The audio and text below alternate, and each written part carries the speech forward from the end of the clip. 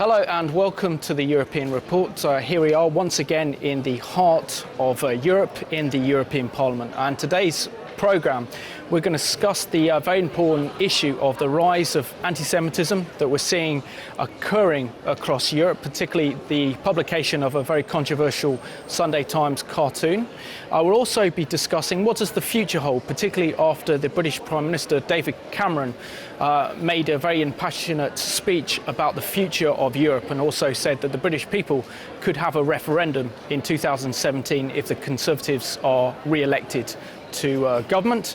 And the other issue we're going to discuss is what is the future for European security in light of the rise of Islamist groups across North Africa. And in today's programme, I'm joined by Timothy Kirkhope, MEP.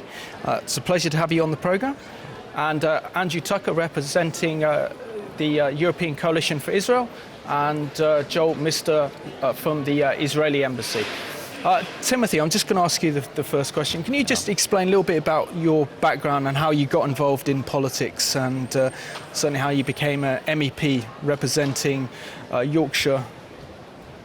I've had a long career in politics. I've been very fortunate, because some people say that careers in politics, well, I think someone said they always end in failure, but I think other people have said they can be very short. Whereas in my case, I've been very fortunate. I've been involved actively in politics for a considerable number of years, and I suppose I've also had experience of almost everything in the voluntary part of the Conservative Party, but also as a councillor, as a member of Parliament, as a government minister, back in the days of Margaret Thatcher and John Major, and subsequently, and for the last few years now, as a member of the European Parliament. So, as I said, I've had a very broad experience of politics, and to be frank with you, although perhaps I shouldn't say this, and including in it some of the failures when I lost my seat in '97 in Westminster before I came here, I've enjoyed every minute of it. And, all the nasty bits as well as the nice bits. It's really been fantastic. I've been extremely lucky, very fortunate to have been able to do this job. What's the difference, I have to ask you, what's the real difference between being a member of the British Parliament and also being a member of the European Parliament? Well, there are a lot of differences. First of all, I was brought up on the basis of a confrontational approach to politics. I was born and brought up in the northeast of England, where opportunities for Conservatives, particularly some years ago, I think things have got better. I hope they will continue to get better, but historically, being a Conservative, and a very active one, in the northeast of England was not exactly the easiest thing you could do. So, from that point of view, I've been used to confrontational politics, whereas in this place, in the European Parliament, everything possible is done to make it a consensual arrangement. We have differences of opinion across the groups, but the parliamentary system is based on discussion, trying to reach agreement all the time. It grates a little bit with me, because I don't intend to abandon my principles, or I don't intend to abandon my political views to fit with consensuality. So there is a difference in that way. Also, of course, it's abroad, as they say. It's over the channel. It's not local in that sense. So I have to represent a large number of people in the region, 5 million people in Yorkshire and the Humber, as opposed to about 70,000 when I was a Member of Parliament in Leeds.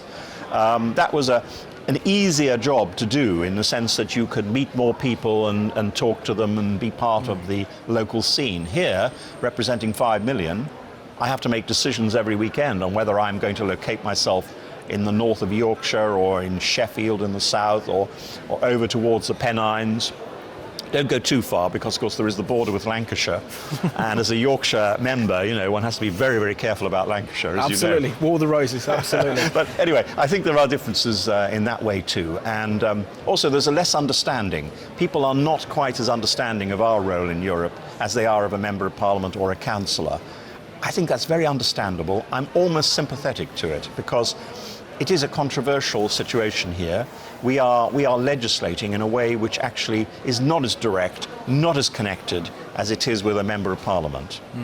And Joel, I just want to welcome you back to the European Report, and congratulations as well. Mazel tov, you've just had a newborn baby son. Thank you very much. So it's very good. And can you tell us a little bit about activities you've been involved in on behalf of the Israeli Embassy here in the European Parliament? Well, I mean, the nice thing about being an Israeli diplomat and working in the Israeli embassy, especially in Brussels, is that we have our work cut out for us, as the Americans say. And I mean, there's no lack of challenges and things to deal with and tackle and address. One of the major things in the end of November was, of course, the Palestinian move in the UN. Which really rocked the boat, changed a lot in terms of the prospects of resumption of negotiation, the peace process, really created a lot of new problems to a situation that was already quite complex. So one of the things that we've been investing quite a lot in here in Brussels with our interlocutors in the European institutions, Parliament, Council, European External Action Service and Commission, was exactly that, to try and convey the message that this only complicated things, that this trend cannot continue, and that further unilateral measures by the Palestinians should not happen, should be avoided. At the same time, you know, the need to resume negotiations as soon as possible without any preconditions in order to tackle all the important core issues of the conflict. Another very important thing that we try to raise awareness about and talk about is something that people talked about anyway, and that's the elections in Israel. Always a very interesting topic to follow. I think that in Brussels a lot of people were interested in how things are going in the run-up to the elections, and of course the results. Now the forming of a coalition, that's the process that the main parties embarked on in the past couple of weeks. Now the question is, I mean, what we try to do here in Brussels is to highlight, I mean, one important thing that you know, unlike maybe some of our neighbors, Israel is a real democracy, and there's a real democratic process there. We saw this as an opportunity to talk about Israel and about what Israel really is, namely a vibrant, dynamic democracy where the fate of politicians is actually decided in the polls. And policy can be changed in a very direct manner by the expression of the will of the voters. And I think this is exactly what we saw in the latest elections. We're still, you know, waiting to see where this is going, what kind of coalition will be formed. But clearly, the type of discussion that we try to create here in Brussels is about Israel as a democracy. More often than not, people in Brussels are tempted to talk about Israel as a democracy in danger. They always put caveats. They always, you know, question whether Israel is truly the only democracy in the Middle East. And we have to remind, unfortunately, we have to remind people that this is exactly the case, and that countries in transition around us are not yet there. We hope that, you know, they will get to a situation where there are functioning democracies that espouse all the values of democracy, not only the process of elections. And this was an opportunity to do exactly that. Excellent. And Andrew, I know you're looking at your notes there, but can you explain some of the great work the ECI have been involved in? I mean, we had the Holocaust Memorial Service that was organised on behalf of the party. How did that go, and how was that received? Well, as you know, the Holocaust Memorial is an important part of the agenda of across Europe, and so we've been participating in an event here in the European Parliament for a number of years, together with other organisations. For us, it's important to keep the Holocaust present in people's memory. Where we're coming from is what we call learning from history. We just believe it's very important for Europeans, but more broadly, I think people around the world, we need to understand what's going on in the Middle East and Israel from a historical perspective.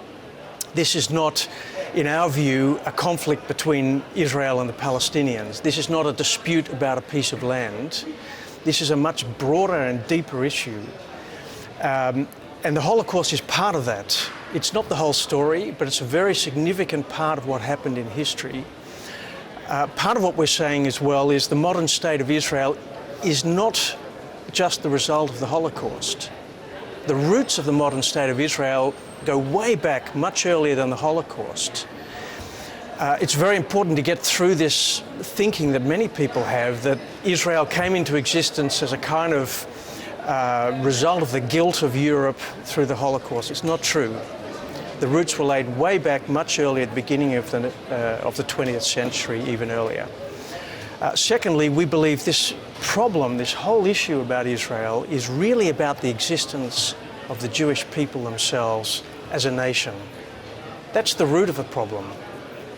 Does the world want to allow the Jewish people to exist as a nation collectively on this earth? It has to be somewhere. It's in Israel, the place where they were born as a nation. And I think that's the root of the issue we want to get to. Excellent. And we've got a news clip to go to now.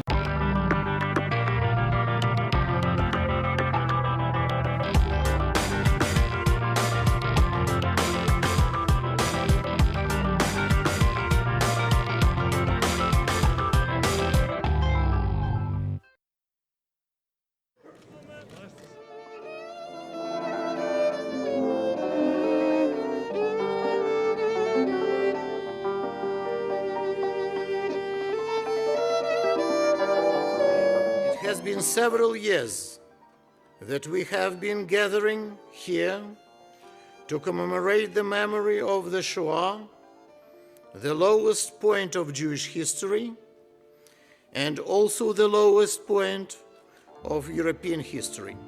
This is the time of gathering storm clouds. Today is a day of mourning for over 6 million Jews murdered by Nazis. There is anti-Semitism in Europe. There is a free elected member of a parliament of a member state of the European Parliament asking for registering Jews. This is a shame in Europe. This Remembrance Day is not an exclusive one-day event. It is a permanent duty, every day.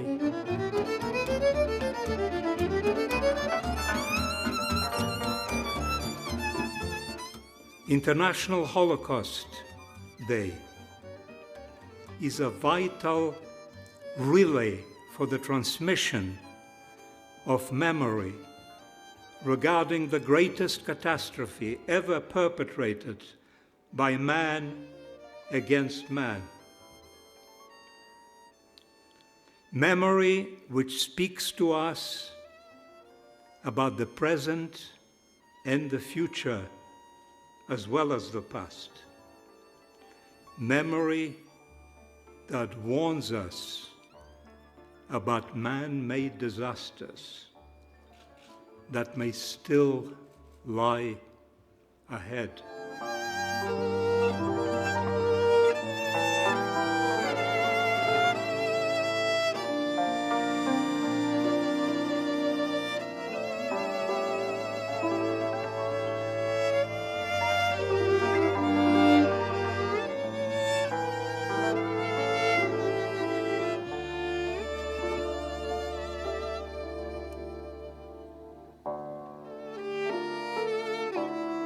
During the war, Swedes at that time felt very far away from what was going on down there in Europe on the other side of the sea. Not that they were indifferent, but they thought, what can we do? But Uncle Roel was different. He was concerned about what was going on in the world, but nobody could have imagined him as a future superhero. By choosing to defend life, he knew he was losing his comfort, his security, his friends, his job, and that he may even lose his life.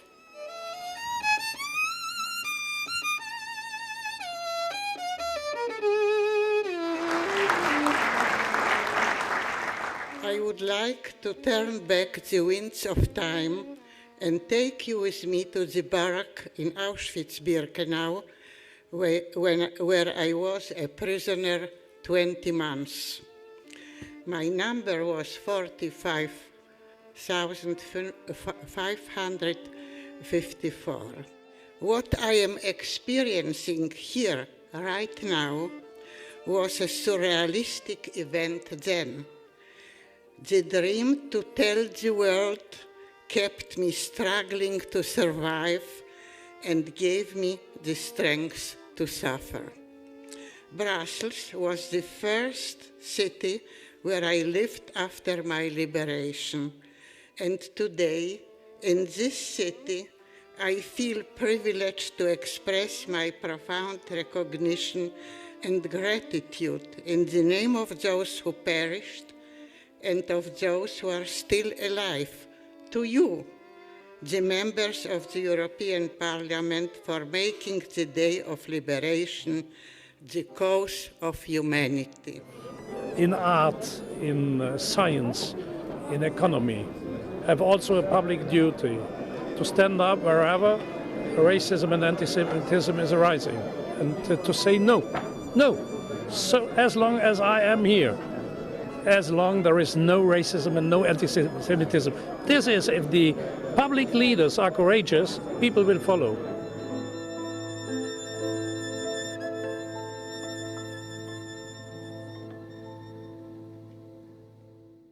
To go to now that really focuses on the next issue we're going to discuss, and this is the sad return of what we're seeing across Europe, and that's a return of anti-Semitism that has a dangerous implication not only for the Jewish communities across Europe but also for Western European democracy.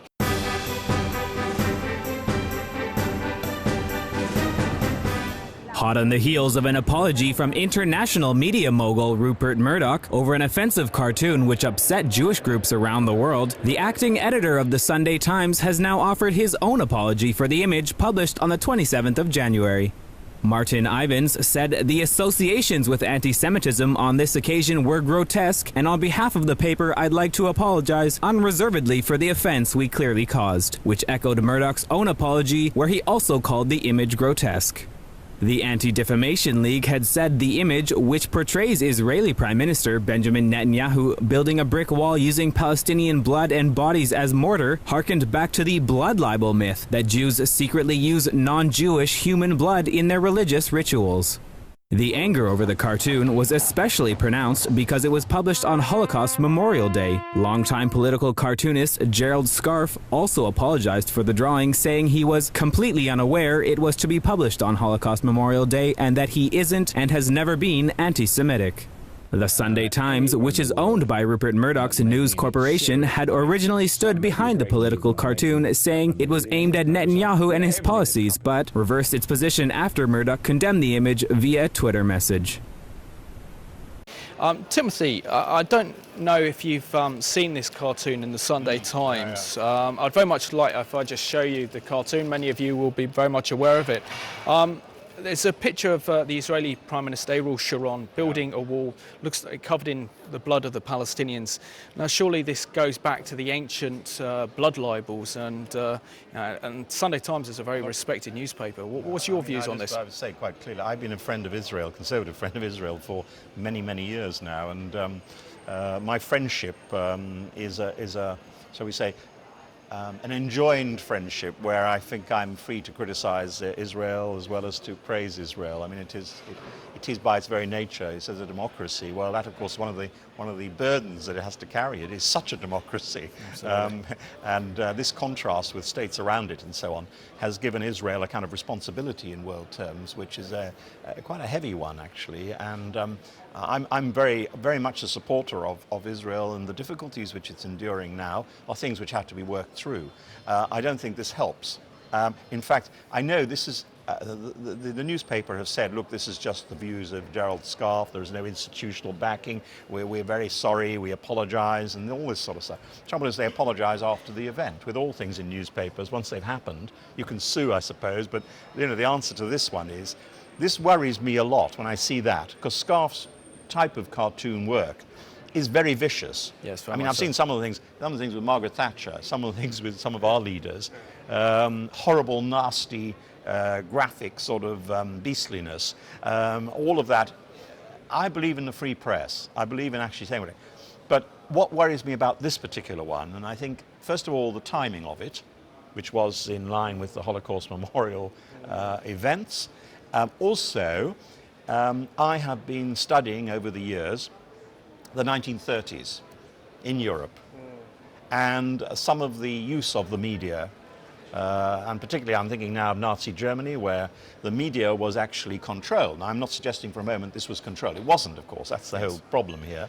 But nevertheless, when one looks at some of the rather nastier displays, prejudicial and racist displays, which were attacking the Jewish people who were in Germany and elsewhere in Europe, I'm afraid, I hate to say it, but there was a certain kind of rather nasty similarity about some of the illustrative stuff which we saw from the 30s and this. And that really sent a shiver down my spine. I didn't like it at all, to be honest with you. And apologizing is all very well. I mean, apart from the fact that it is pretty factually incorrect, it is a political statement by a cartoonist. You don't want to stop cartoonists. I support freedom, but I do think freedom with responsibility is what we're on about here. Yeah. And Joel, I want to bring you in very much on this one because you're representing the nation of Israel, you're an Israeli diplomat. How is the Israeli government tackling this issue? I know that there's a department within the Israeli Foreign Ministry. I interviewed Gideon Bahar only yesterday on the issue of anti-Semitism. Now we're seeing increasingly more so with very Jewish communities across Europe feeling very vulnerable, particularly in France and in Hungary. And we're also seeing a rise of anti-Semitism at football grounds as well, with recent games between Tottenham and West Ham. We've seen the Hungarian fans cry anti-Semitic remarks to the Israeli national football team when they played each other. How is the Israeli government tackling this issue? Well, clearly, we're looking at an extremely worrying phenomenon. Rise of anti-Semitism in recent years is a fact, and it's supported by data provided and collected not only by the Israeli government but by many independent sources. I read a very interesting and again very worrying report by the Anti-Defamation League of the United States about trends and opinions of European citizens about Jews, about anti-Semitism, and clearly there is a very worrying trend where these opinions against Jews, against their exaggerated power, so-called, in Europe, in international arena, these things exist and they're on the rise. So the problem is not only that they exist, but also that they are increasing before our eyes. This reality has become really unacceptable, where Jewish life has become really difficult in Europe today. It's very difficult to be a practicing or identified member of the Jewish community in Europe today. I mean, in order to go to a synagogue, you have to go through barriers and policemen and things like that. When I drop my kids off at school, it's a Jewish school, here in Belgium, there's always police officers outside guarding the school. I don't know how many communities have to deal with such an unacceptable reality. The question is how to do that. And I'm not sure that it's only up to the Israeli government. We try to convey the message. We stress the importance of this issue, and we support the efforts of others in this regard. But I think it's also up to European governments and the international community as a whole to tackle this issue more broadly, more profoundly, and get to the root of the problem. I think that coming back to the cartoon, clearly very disturbing. One of the privileges, quote unquote, of being an Israeli diplomat is that after a few years, you become immune to such things because you see so many of them. And I mean, I've seen so many such cartoons over the years. Many of them, by the way, in Arab and Muslim media, which is another question that is very, very worrying as well. I think that a cartoon has a lot of power, a lot of strength in that it can be thought-provoking. But when it becomes mere provocation and a mere show of bad taste, and in this case, including anti-Semitic motifs. That's really something that should be fought against, should be protested, and should not happen, quite frankly. Absolutely.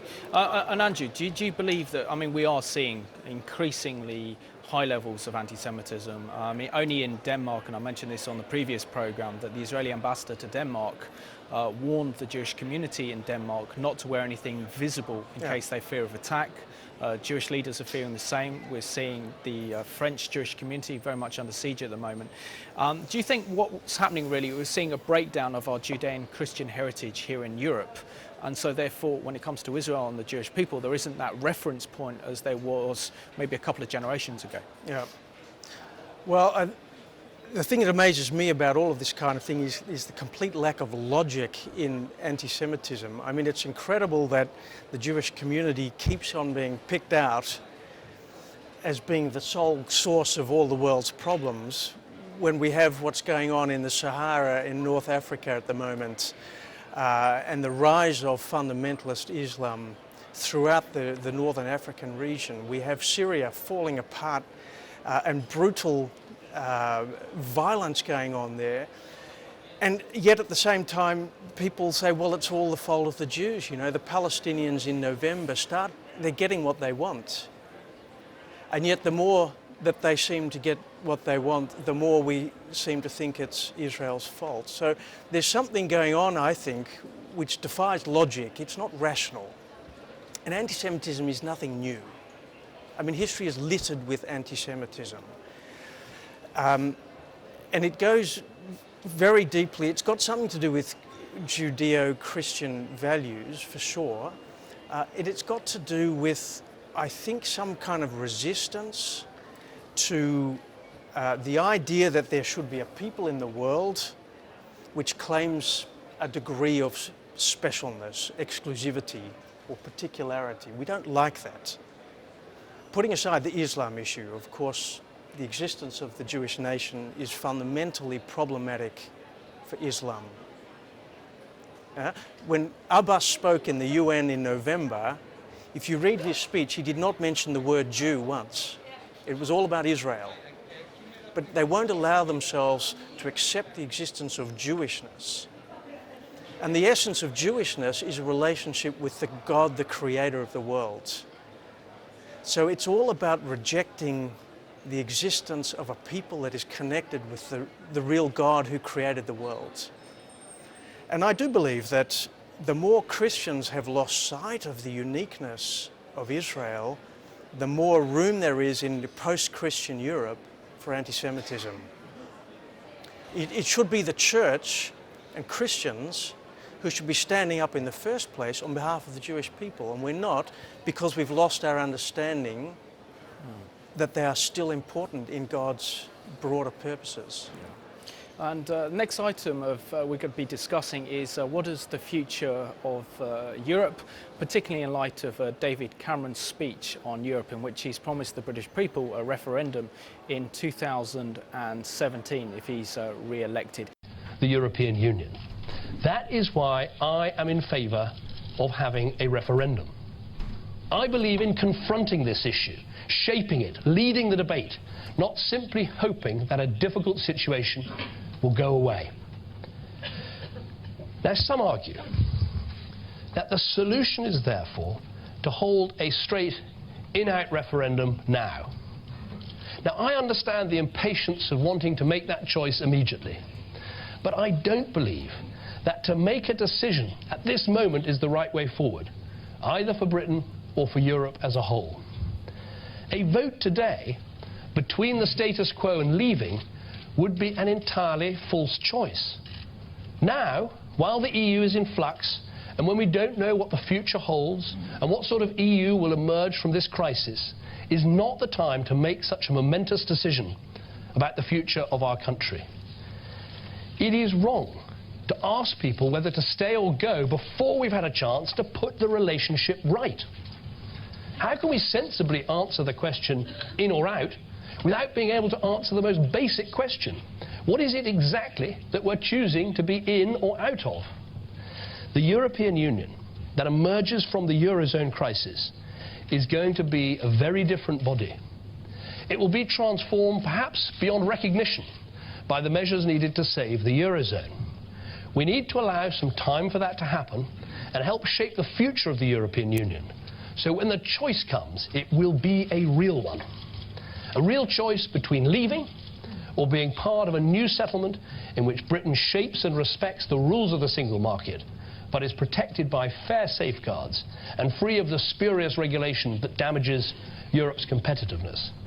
A choice between leaving or being part of a new settlement in which Britain is at the forefront of collective action on issues like foreign policy and trade, and where we leave the door firmly open to new members.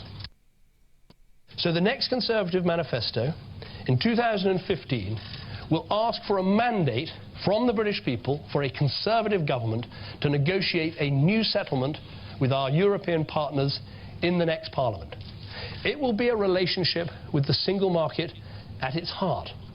And when we have negotiated that new settlement, we will give the British people a referendum with a very simple in or out choice: to stay in the European Union on these new terms or to come out altogether.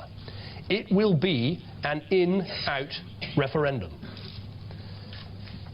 Legislation will be drafted before the next election, and if a Conservative government is elected, we will introduce the enabling legislation immediately and pass it by the end of that year, and we will complete this negotiation and hold this referendum within the first half of the next Parliament. It is time for the British people to have their say. It is time for us to settle this question about Britain and Europe.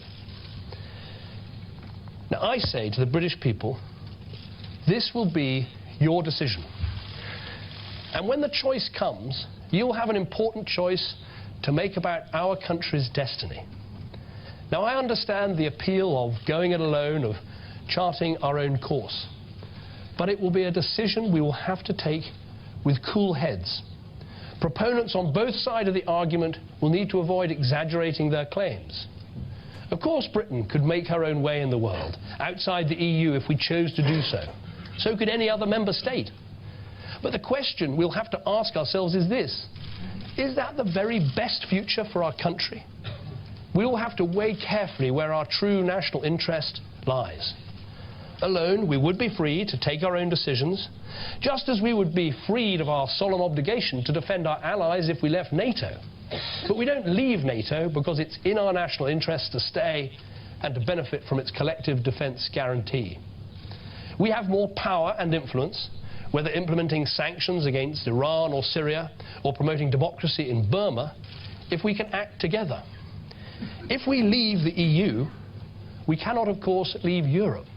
It will remain for many years our biggest market and forever our geographical neighbourhood. We're tied by a complex web of legal commitments. Hundreds of thousands of British people now take for granted their right to work, to live and to retire in any other EU country. Even if we pulled out completely, decisions made in the EU would continue to have a profound effect on our country. But we would have lost all our remaining vetoes and our voice in those decisions. We would need to weigh up very carefully the consequences of no longer being inside the EU and its single market as a full member. Timothy, you're representing the Conservative Party here. I mean, what are your views on the future of Europe? Because David Cameron made things very, very clear that if Europe's going to work, then you have to bring the will of the European people on board instead of just the institutions. Yes, I mean, I think one of the mistakes of some of my colleagues back in Westminster is they do say we cannot accept the status quo. But my view, having been here for some years, is that this place is never the status quo. Whatever the status quo may be today, I don't know what the position will be tomorrow. This is a moving feast, and it's a feast that we need to be at the table, and I think David Cameron made that fairly clear in his remarks. But all the major parties, before the last general election, promised the British people that they would be consulted about our role in Europe, and none of the political parties, apart from the Conservatives, seem to be making good on that, and I think he's right to do so. I have no problem at all. He made a very good speech, a very balanced speech, in which, and I agree with him, I think, all the way through that, because he said, on the one hand, we want to remain active players in Europe. Britain can't deny its position in the world, where it is geographically, where it is in terms of trade and economic links and so on. And we should be part of that club, as it were. But it's very important that we make sure we get the momentum to move this club, to move Europe in a way which actually is going to suit the 21st century rather than the 20th century. And I think he feels very strongly that things are not moving at the pace which is fast enough in that way, but also that in terms of British interests, which of course he as Prime Minister is particularly responsible for, in terms of British interests, we do not have the sort of Europe at the moment, or our membership of it, which is best for the British people and for our development. He thinks, I think, that the European Union is sclerotic in many ways, that it is far too concerned with all this internal posturing about, you know, the harmonized position we all have to be in. I mean, it doesn't face the facts. The facts are, of course, that we're nation states. We're proud nation states, all of us. The ones that came in recently, like the Poles and the Czechs and the others from Central Europe, they had years and years in which dictators of one kind or another denied them their rights to their independence of thought, of freedom, denied them the ability to be nation states, recognizing their history or recreating their history, which had been torn from them by Nazis and by the Russians. The truth of the matter is they've got that back now. The thought that they would allow themselves to become just part of Europe as opposed to being proud Poles or Lithuanians or whatever it may be, is ridiculous. But of course we need to review things. We need to put Europe on the right sort of footing for the future. And I think it's also right that David Cameron makes good on the pledge that that our party and other parties made, that we will consult the people. So I see no problem with that at all. I think it's going to be tricky getting there. I have to be fair about this, because there are people here who have an attitude which says, how dare the British try to be, on their own, as usual, the British go off and do this, that and the other. The truth of the matter is that I think a lot of countries are feeling now that we do have to stop and think and reform Europe. And it may well be, I think, we'll get a better audience when we get underway on this process than we thought we would in the first place. Yeah. And Angie, I want to bring you in here. I mean, part of the story of Europe is an incredible success story, particularly with the European Union, particularly if we see the horrors of World War II, and the whole of Europe, continent of Europe was ripped apart. And the European Union has actually kept the peace with the help of NATO as well. But you're originally Australian, but you're living in Holland. What are Dutch attitudes towards the European Union and its move towards federalism in light of the mass immigration that's had a real impact upon Dutch society? Well, I think you see in Holland, like in any other country, this kind of tension, pulling in both directions. Holland is, broadly speaking, I would say, fairly pro-European. They stand very positively towards being part of the European Union. It's obviously very important for them, very small country. At the same time, there is a concern, and it's shared across many of the parties, about the growing influence, the growing power of Brussels, Strasbourg and so forth. But I don't see the tension to be as great as, for example, in the UK. Nevertheless, they were very sympathetic to what Cameron had to say, and he got a pretty good press, actually, in Holland. There's, might be some criticisms, but I think his general thrust of what he was trying to say has been accepted fairly positively. And Joel as well, we know Israel's not a member of the European Union, but your president, Simon Barrett, has often made many speeches about his wish that Israel would be part of the European Union. Can you talk about some of the benefits of Israel's trade relationship with Europe and how important the EU is to Israel? The EU is extremely important to Israel. I cannot overstate its importance. Not only in terms of trade, by the way. Taking part in this integration process in Europe for us has meant a great deal also in terms of cooperation on R&D and exchange programs of many different types. And the future holds the potential for a lot more. We are not member states of the EU, it's not in the cards. We are, though, an associated country, and we have a very elaborate a system of agreements that tie us with the European community. It's very important for us to maintain these ties and develop them. That's why it's so important, for example, that the European Parliament and finally, after a lot of hurdles, passed a very important ACCA agreement last fall, which took away a barrier to the strengthening of economic ties, something that is very important, but it's also a natural evolution of the relations between Israel and the European community. There's so many similarities in terms of not only the economy, but also in terms of the culture, not to mention the history, but also the values. I mean, things that are very important and that we can build on much more. Joel's had to leave us. He's got meetings with the European Commission, so sadly he's no longer part of the programme. Now, Timothy, I want to come back to you because obviously being British, there's that sense of feeling in Britain now of growing scepticism of the European Union, and particularly its move towards federalism. And this is why we're seeing the rise of UKIP. Isn't it important that not only the British people, but the people of Europe have a voice and a say on the future direction that Europe takes? I mean, I agree. I think that people should be consulted about it. And I think that the Prime Minister's offer to go to the people with a package once he has actually renegotiated and discussed with European allies what the position will be for us in the future and for the European institutions themselves is the right approach. But I think actually I want to just caution slightly on this rise of European scepticism because UKIP comes and goes. You know, one of the latest polls I think gave them 7%, I think. And actually we've got to be very careful not to overplay this one. Most British people care most about the immediate economy of themselves and their families. They care about whether they have a job or not, to be honest. They care about whether they can get a bus or a train that they can travel on the roads, you know. They care about whether their hospitals are well managed and supplied with nursing staff. I mean, actually, if you ask people on a poll what are their list of things they're bothered about, I think Europe comes between 14 and about 11 on a good day for Euroscepticism. So I think the issue is we haven't got to overplay it ourselves as politicians. I think we have to recognise there is concern, and the Prime Minister's done that in his remarks and the way in which I hope the party will go forward. But we must not run the risk of allowing the politicians to decide the agenda totally. You know, politicians who are obsessed with Europe or indeed anything else, they must not be allowed to rule the roost. It's the people of the country.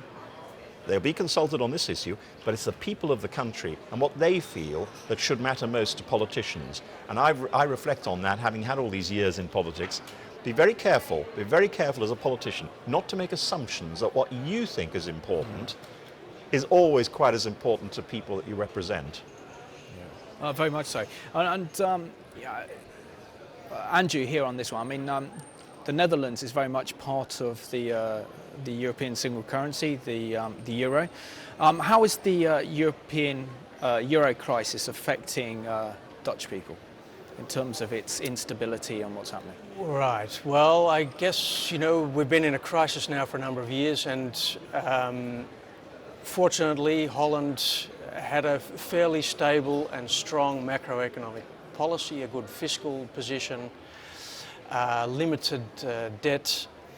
But we are starting to see, obviously, quite some effects of it. You know, the government is having to significantly cut back spending, and that's definitely having an impact on the economy. I think, you know, people always say, you know, we hope that it's going to be better next year, it's going to be better the year after, and of course we need to be positive and look forward, but my sense is things are probably going to get worse before they get better. And that may have something to do with the topic we talked about earlier of the rise of anti-Semitism. Again, you know, we've seen it in history, haven't we? The relationship between economic difficulties and the rise of anti-Semitism. And again, there doesn't seem to be a lot of logic to it, but when things get difficult, when things get tough, people start looking for a scapegoat. They start looking for a root cause of the problem. And unfortunately, Israel and the Jewish people seem to be the target time and again. Yeah. Can I just add something on that? I mean, I think, you know, I represented, when I was Member of Parliament in Leeds, I represented one of the largest Jewish communities in Britain. And even then, they had to take a lot of security measures around the synagogues, and they do even more so now. And there have been some appalling desecrations of Jewish graveyards and this sort of thing. And you wonder why. And when people are caught and they try to make an explanation in their own defense, it is usually because they say that we are poor and that you know, we don't like these people in our, you know, sort of thing. And there's a kind of nationalistic sort of, but it's all based upon their economic claims or statements that they are deprived and poor, and they're taking it out on groups of people that they probably perceive as being maybe more successful. I mean, because this is one of the other things, is that the Jewish communities, wherever they are very hardworking and very successful, and of course, obviously in religious terms, very committed to their religion. And that may be an issue also with Christians, because we have also seen, I'm afraid to say, discrimination of one kind or another against people who declare their Christian faith. That has been going on certainly in Britain, we've seen that, and I suspect it's probably the case elsewhere in Europe as well. The next issue we're going to be discussing is the growing rise of Islamism in North Africa, and we'll be asking what impact this will have upon European security in light of the terrorism situation in Nigeria and French military intervention in Mali.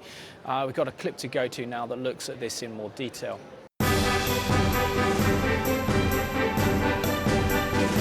France has dramatically announced its participation in the Malian civil war, with a series of airstrikes intended to push back al-Qaeda-linked militants, who captured more ground this week from a government severely weakened by 2 recent military coups against incumbent prime ministers. During the first military coup in March last year, al-Qaeda militants took an opportunity to seize control of the north and have since captured more ground, including the city of Kona, as they seek to take over the entire embattled former French colony, whose president has since declared a state of emergency. Northern Mali has become a jihadi stronghold, with al-Qaeda terror activities and violence financed through drug trafficking and hostage-taking, with Western countries allegedly paying an average of $5.5 million for the release of captured citizens. Since the al-Qaeda takeover, Mali has been seeking international backing for a military force to recapture the area, and in December, a UN Security Council resolution gave official endorsement to a proposed intervention by African forces and other states willing to offer their support. UN Secretary-General Ban Ki-moon said that in addition to France, Senegal and Nigeria had also responded to the pleas from the Malian regime, while the United States have said they are deeply concerned at the situation and are maintaining a close dialogue with the French government. Timothy, I just want to come back to you on this one. Now, what we've really seen, haven't we, since Obama came to power in 2008 is a reluctance for military interventionism on behalf of the Obama administration. We're seeing that the French are actively deploying their military forces in Mali. We've seen in Algeria the horrendous death of so many Western hostages at the gas plant. We're seeing a lot of the weapons, certainly dangerous weapons from Colonel Gaddafi's regime in Libya being spread across the Middle East. Isn't this something that Europe needs to wake up to, the danger for for European security? Yes, I think it does. And of course, I have studied over the years quite a lot this issue of extreme Islam, i.e. jihadi activity. I've been in the United States as part of my US delegation work, talking to groups there about it.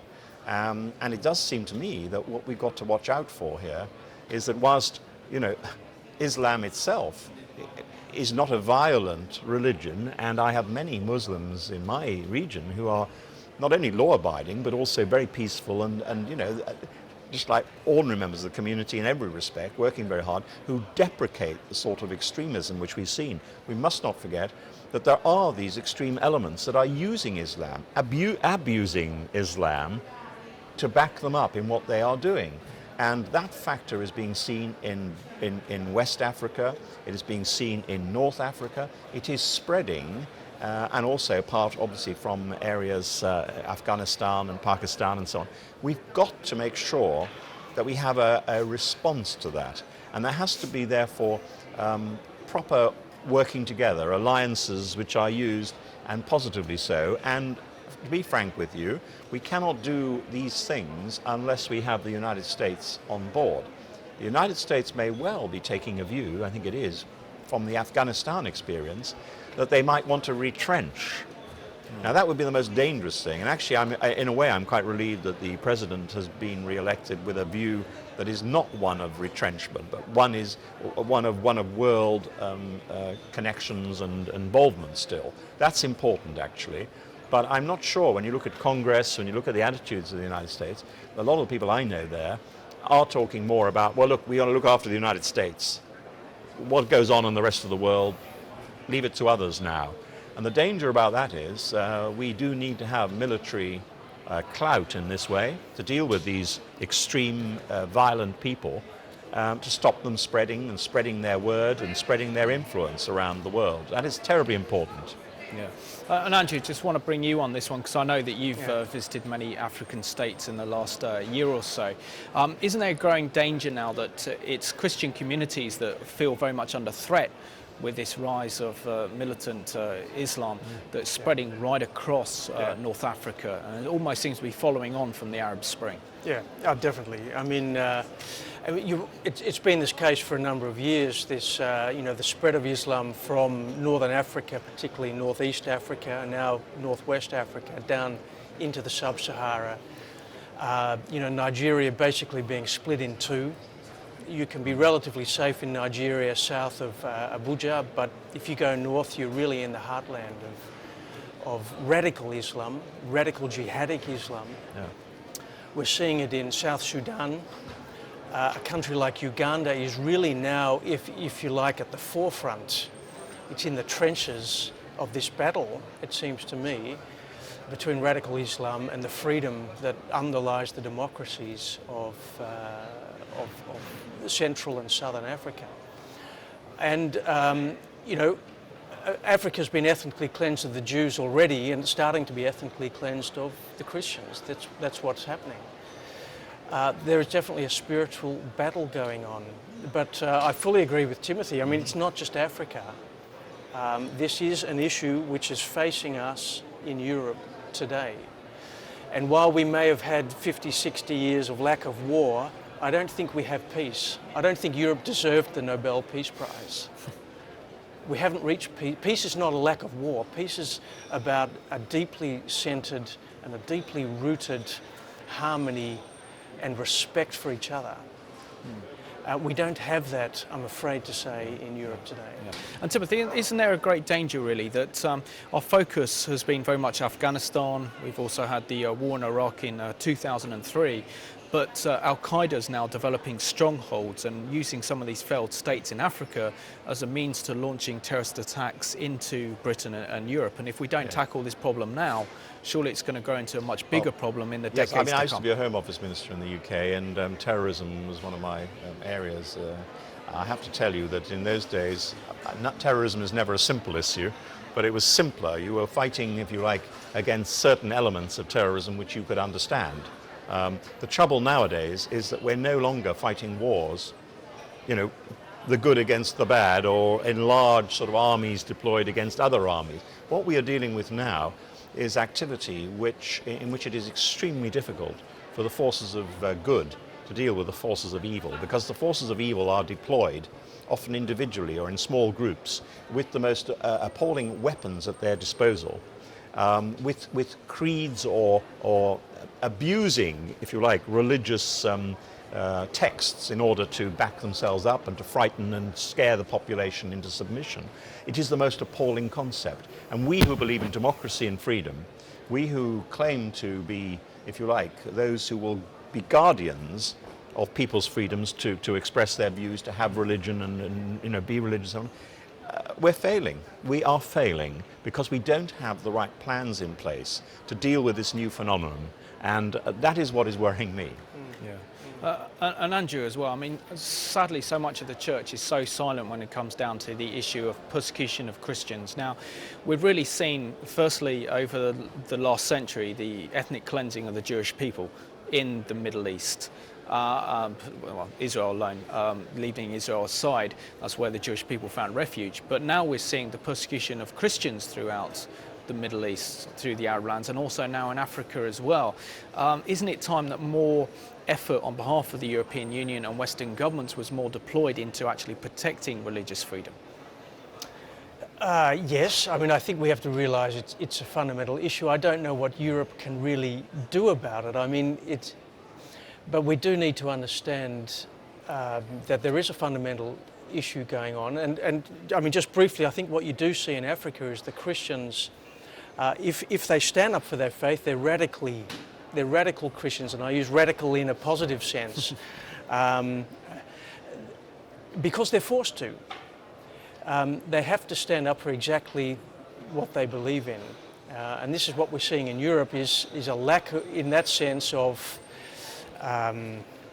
fundamentalism, for want of a better word, amongst the Christian community. We've adopted what you might call a sort of dhimmi attitude towards Islam. Whereas I think we need to realise, and this to me is a great challenge for the Muslim community, to deal with this issue within Islam, is understanding why is this radical element here? What is the force that is driving this jihadic extremism, which is leading to violence? And we call it terrorism, but it's a deep-seated violence which manifests its way in many forms. Violence is never acceptable behind any kind of religious creed, and I think that the main religions, certainly as far as the texts are concerned, I don't see anything there which calls on violence. It is a hijacking of beliefs, of good beliefs, of proper beliefs, by extremists.